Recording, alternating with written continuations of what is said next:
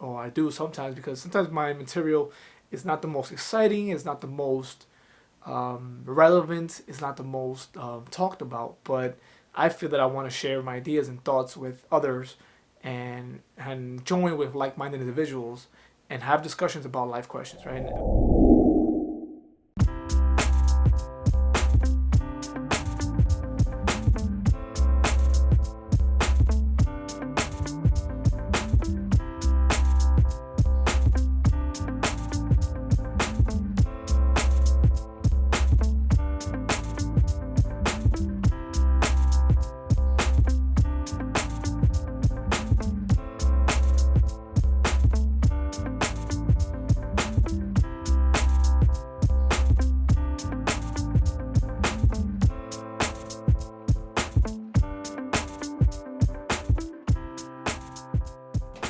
What's going on, everybody? We are back. We're back, and I wanted to just go ahead real quick and finish off the book, obviously, of The War of Arts.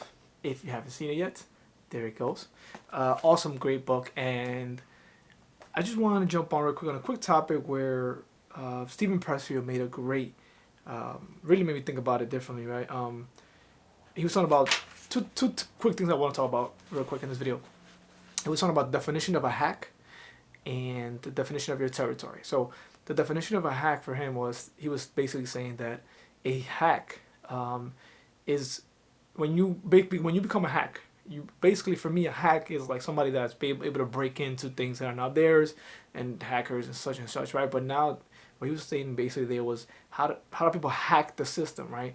Especially it's so relevant nowadays, where I think a lot of, especially social media marketers, maybe even brand ambassadors, whatever it is that they're trying to maybe push, they'll definitely, individual like myself, I get messages every day on how can I grow my channel, how can I grow my Insta, my TikTok, everything. They have hacks to everything.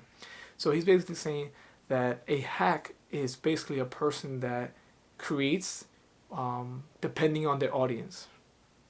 And as we've seen nowadays with a lot of Insta famous people, all social media platforms, individuals that have gotten very famous off of these platforms, some of them are able to hack the system, in the sense that he says you become a slave of your audience. You create content based on what your audience likes, and sometimes it might not be authentic to yourself. Sometimes it might be something totally different than who you are, and I think I felt that pressure sometimes, or I do sometimes, because sometimes my material is not the most exciting, it's not the most relevant, it's not the most talked about, but I feel that I want to share my ideas and thoughts with others, and join with like-minded individuals and have discussions about life questions, right? And this is my 2 cents of that. And it's easier to kind of build an audience around something that's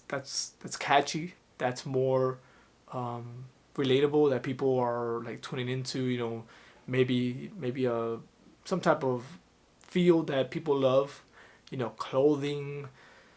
Some certain products that you might want to sell, and maybe gossip. There's a lot of things you can do and share on social media that might gain you, a bunch of followers, a bunch of you know community, right, wise, but it might not be who you are.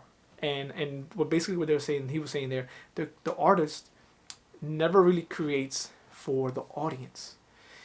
They always create what they feel they must create. And he gives an example of the late great artist Van Gogh. I never heard about this individual, but I Wikipedia him, and apparently he was still has awesome paintings, and they're like worth millions of dollars, and it was a great artist. But he says throughout his whole lifetime, the artist Van Gogh, if I'm pronouncing it correctly, hopefully, he never sold a painting because nobody really liked his paintings. So he never sold it while he was alive. It was until once he passed away, where his paintings and his art became more, it became known to people around the world, and it became, looked up to and admired, and obviously, people give it value to what it never had when he was around. So the art, I think that made me such a, I would say, such an impression on me, because even though he wasn't selling his paintings and he wasn't really famous for that, and he wasn't really, he wasn't really known, he still was painting. And I think oftentimes we get lost, especially creators, we get lost in when we don't have the notoriety, the fame, the connections, the growth that we want. We think that it's something that would never amount to anything in time. And yes, it might not mean anything to anybody. It might just go unseen. It might just be buried somewhere. You might die and it might never be seen by anybody. For me, I think for me, you have to ask a question like, why are you creating? Do you want to create? Do you want to share? Do you want to make yourself, I would say, transparent, or at least share?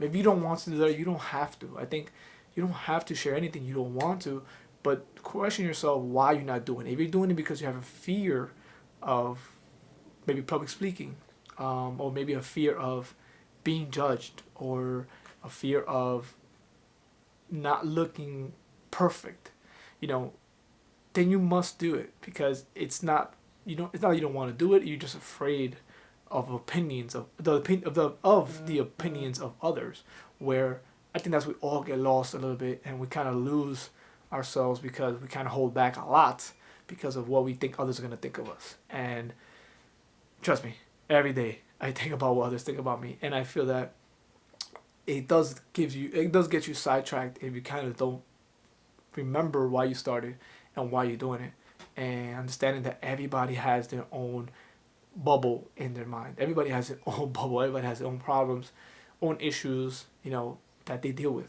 And you and I are probably the least that they worry about. They might see you for 1 second, 10 seconds, 1 minute in a video, but then they move on to the next one. So that's just the way we work, humans work, and everything in general. So we must create what we feel we have to create, not what other people are creating and they're getting massive success on.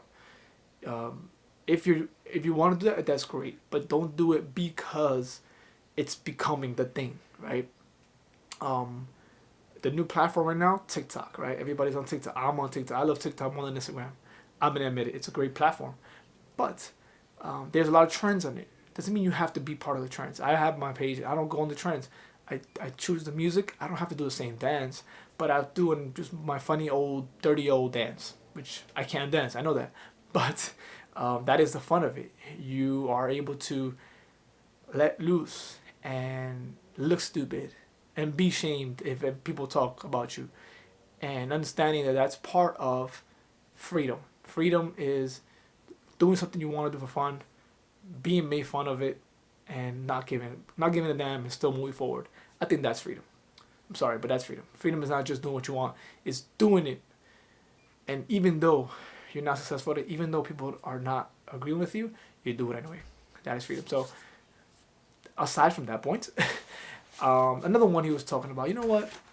I'm going to go ahead and cut this video short because it's been a little bit long. I'm going to go ahead and give another topic on the next video where I'm going to talk about how important it is to know what your territory is.